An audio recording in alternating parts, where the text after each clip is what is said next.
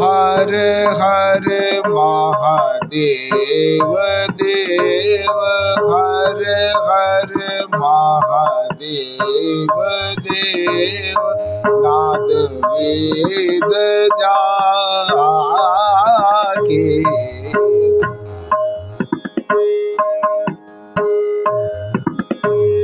नाद वेद जाके, हर हर महादेव देव, भस्म अंग डमरू कर, भस्म अंग डमरू कर, गौरी अर्धांगी सोहे, गौरी अर्धांगी सोहे, वृषभ वाहन दीन शरण, वृषभ वाहन दीन शरण, चंद्रमा ललाट धरे,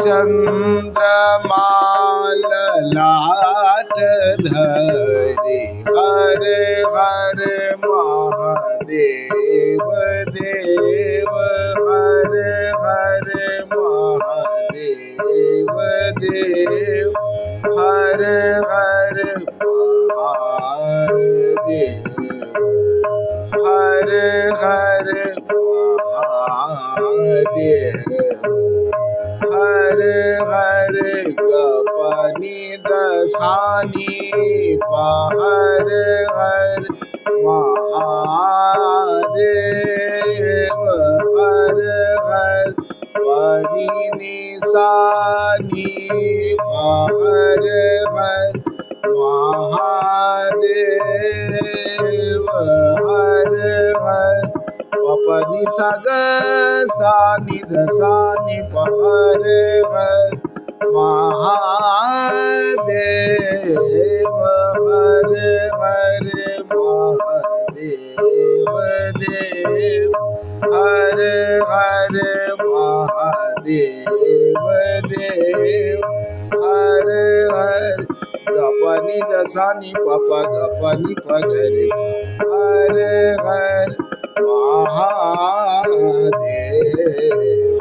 हर हर गपनि दसानि पप गपनि पगरे सा, हर हर महादेव, हर हर महा, हर हर महा, हर हर महादेव देव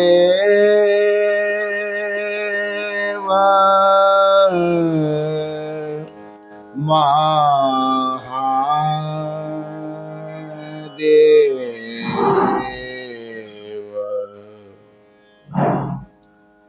धर्म प्रेमी बंधुओं, आज रुद्र संहिता पार्वती खंड का द्वितीय अध्याय में आप सब सुनेंगे पितरों की 3 मानसी कन्याओं मेना, धन्या और कलावती के पूर्व जन्म का वृत्तांत तथा सनकादि द्वारा प्राप्त शाप एवं वरदान का वर्णन। नारद जी बोले, हे महाप्रज्ञ, हे विधे, अब आदर पूर्वक मेना की उत्पत्ति का वर्णन कीजिए और शाप के भी विषय में बताइए। इस प्रकार मेरे संदेह को दूर कीजिए। ब्रह्मा जी बोले, हे नारद, हे सुतवर्य, हे महाबुध, आप इन मुनि गणों के साथ विवेक पूर्वक मेना की उत्पत्ति के वृत्तांत को अत्यंत प्रेम पूर्वक सुनिए। मैं कह रहा हूँ, हे मुने, मैंने अपने दक्ष नामक जिन पुत्र की चर्चा पहले की थी, उनके यहाँ सृष्टि की कारणभूता 60 कन्याएं उत्पन्न हुई। उन्होंने उन कन्याओं का विवाह श्रेष्ठ कश्यप आदि के साथ किया। हे नारद, यह सारा वृत्तांत आपको विदित ही है। अब प्रस्तुत कथा का श्रवण कीजिए। उन्होंने उनमें से स्वधा नाम की कन्या पितरों को दी। उस स्वधा से धर्ममूर्ति रूपा सौभाग्यवती 3 कन्याएं उत्पन्न हुई। हे मुनीश्वर, उन कन्याओं के पवित्र सदा विघ्नों का हरण करने वाले तथा महामंगल प्रदान करने वाले नामों को मुझसे सुनिए। सबसे बड़ी कन्या का नाम मेना, मंझली कन्या का नाम धन्या और अंतिम कन्या का नाम कलावती था। ये सभी कन्याएं पितरों के मन से प्रादुर्भूत हुई थीं।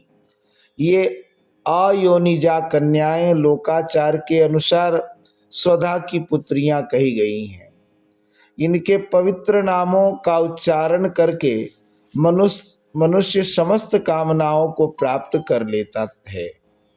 ये अयोनिजा कन्याएं हैं और इनका नाम लेकर उच्चारण करके मनुष्य समस्त कामनाओं को प्राप्त कर लेता है। वे जगत की वंदनीय लोक माता परमानंद को देने वाली योगिनी स्वरूपा उत्कृष्ट ज्ञान की निधि तथा तीनों लोकों में विचरण करने वाली हुई। हे मुनीश्वर, एक समय की बात है, वे तीनों बहनें भगवान विष्णु के निवास स्थान श्वेत द्वीप में उनके दर्शन के लिए गईं। भक्ति पूर्वक विष्णु को प्रणाम तथा उनकी स्तुति करके वे उनकी आज्ञा से वहीं रुक गईं। वहां उस समय बहुत बड़ा समाज एकत्रित था।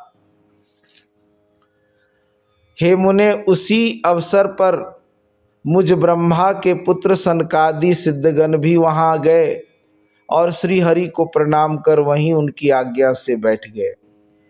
तब सभी लोग सनकादि मुनियों को देखकर वहां बैठे हुए लोक वंदित देवता आदि को प्रणाम करके शीघ्र उठ खड़े हुए। किंतु हे मुने, वे तीनों बहनें परात्पर शंकर की माया से मोहित होने के कारण प्रारब्ध से विवश हो नहीं उठी। शिव जी की माया अत्यंत प्रबल है, जो सब लोगों को मोहित करने वाली है।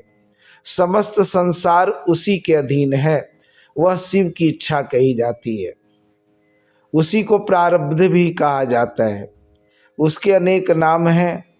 वह शिव की इच्छा से ही प्रवृत्त होती है, इसमें संदेह नहीं है। उसी शिव माया के अधीन होकर उन कन्याओं ने सनक आदि को प्रणाम नहीं किया। वे केवल उन्हें देखकर विस्मित हो बैठी रह गई। ज्ञानी होते हुए भी सनकादि मुनीश्वरों ने उनके उस प्रकार के व्यवहार को देखकर अत्यधिक असह्य क्रोध किया। तब शिव जी की इच्छा से मोहित हुए योगीश्वर सनत कुमार क्रोधित होकर दंडित करने वाले शाप देते हुए उनसे कहने लगे। सनत कुमार बोले, तुम तीनों बहनें पितरों की कन्या हो, तथापि मूर्ख, सद्ज्ञान से रहित और वेद तत्व के ज्ञान से शून्य हो। अभिमान में भरी हुई तुम लोगों ने न तो हमारा अभ्युत्थान किया, न ही अभिवादन किया। तुम लोग नर भाव से मोहित हो गई हो। अतः इस स्वर्ग से दूर चली जाओ और अज्ञान से मोहित होने के कारण तुम तीनों ही मनुष्यों की स्त्रियां बनो। इस प्रकार तुम लोग अपने कर्म के प्रभाव से इस प्रकार का फल प्राप्त करो। ब्रह्मा जी बोले, यह सुनकर वे साध्वी कन्याएं आश्चर्यचकित हो गईं और उनके चरणों पर गिरकर विनम्रता से सिर झुकाकर कहने लगी। पितृकन्याएं बोली, हे मुनिवर्य, हे दया सागर, अब हम लोगों पर प्रसन्न हो जाइए। हम लोगों ने मूढ़ होने के कारण आपको श्रद्धा से प्रणाम नहीं किया। हे विप्र, अतः हम लोगों ने इसका फल पाया। हे महामुने, इसमें आपका दोष नहीं है। आप हम लोग पर दया कीजिए जिससे हम लोगों को पुनः स्वर्गलोक की प्राप्ति हो। ब्रह्मा जी बोले, हे तात, तब उनकी यह बात सुनकर प्रसन्न चित्त वे मुनि शिव जी को की माया से प्रेरित हो शाप से उद्धार का उपाय कहने लगे। सनत कुमार बोले, हे पितरों की तीनों कन्याओं, तुम लोग प्रसन्नचित्त होकर मेरी बात सुनो। यह तुम्हारे शोक का नाश करने वाली और सदा ही तुम्हें सुख प्रदान करने वाली है। तुम में से जो ज्येष्ठ है वह विष्णु के अंशभूत हिमालय गिरी की पत्नी होगी और पार्वती उसकी पुत्री होंगी। योगिनी स्वरूपा धन्या नामक दूसरी कन्या राजा जनक की पत्नी होंगी। उनकी कन्या महालक्ष्मी होंगी जिनका नाम सीता होगा।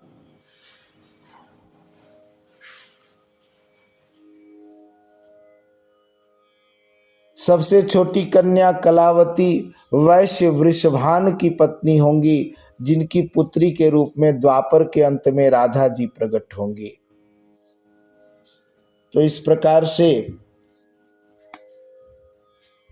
जो ज्येष्ठ कन्या थी मेना, वो पर्वतराज हिमालय की पत्नी हुई और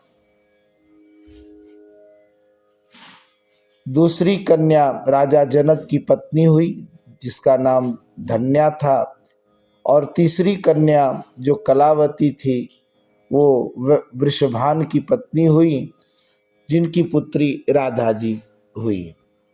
योगिनी मेनका पार्वती के वरदान से अपने पति के साथ उसी शरीर से परम पद कैलाश को जाएगी तथा यह धन्या जनक वंश में उत्पन्न जीवन मुक्त तथा महायोगी शिरध्वज को पति रूप में प्राप्त कर सीता को जन्म देगी तथा वैकुंठ धाम को जाएगी। वृषभानु के साथ विवाह होने के कारण जीवन मुक्त कलावती भी अपने कन्या के साथ गोलोक जाएगी, इसमें संशय नहीं। इस संसार में बिना विपत्ति के किसी को कहाँ महत्व प्राप्त होगा। उत्तम कर्म करने वालों के दुख दूर हो जाने पर उन्हें दुर्लभ सुख प्राप्त होता है। तुम लोग पितरों की कन्याएं हो और स्वर्ग में विलास करने वाली हो। अब विष्णु का दर्शन हो जाने से तुम लोगों के कर्म का क्षय हो गया है। यह कहकर क्रोध रहित हुए मुनीश्वर ने ज्ञान भोग तथा मोक्ष प्रदान करने वाले शिव जी का स्मरण करके पुनः कहा, हे पितृ कन्याओं, तुम लोग प्रीति पूर्वक मेरी दूसरी बात भी सुनो जो अत्यंत सुखदायक है। शिव जी में भक्ति रखने वाली तुम लोग सदा धन्य, मान्य और बार बार पूजनीय हो। मेना की कन्या जगदम्बिका पार्वती देवी परम कठोर तप कर शिव जी की पत्नी होंगी। धन्या की पुत्री कही गई सीता भगवान राम की पत्नी होंगी जो लौकिक आचार का आश्रय लेकर उनके साथ विहार करेंगी, और साक्षात गोलोकवासिनी कलावती पुत्री राधा अपने गुप्त स्नेह से बंधी हुई श्री कृष्ण की पत्नी होंगी। ब्रह्मा जी बोले, इस प्रकार कहकर सबके द्वारा स्तुत वे सनत कुमार मुनि अपने भाइयों सहित वहीं अंतर्हित हो गए। हे तात, पितरों की मानसी कन्याएं वे तीनों बहनें पाप रहित हो सुख पाकर तुरंत अपने धाम को चली गईं। इस प्रकार श्री शिव महापुराण के अंतर्गत द्वितीय रुद्र संहिता के तृतीय पार्वती खंड में पूर्व गति वर्णन नामक दूसरा अध्याय पूर्ण हुआ। हर हर महादेव देव, हर हर महादेव देव, हर हर महादेव देव। ये था द्वितीय अध्याय, और कल आप सब सुनेंगे तृतीय अध्याय में विष्णु आदि देवताओं का हिमालय के पास जाना, उन्हें उमाराधन की विधि बता स्वयं भी देवी जगदम्बा की स्तुति करने की कथा। आज के लिए इतना ही, धन्यवाद।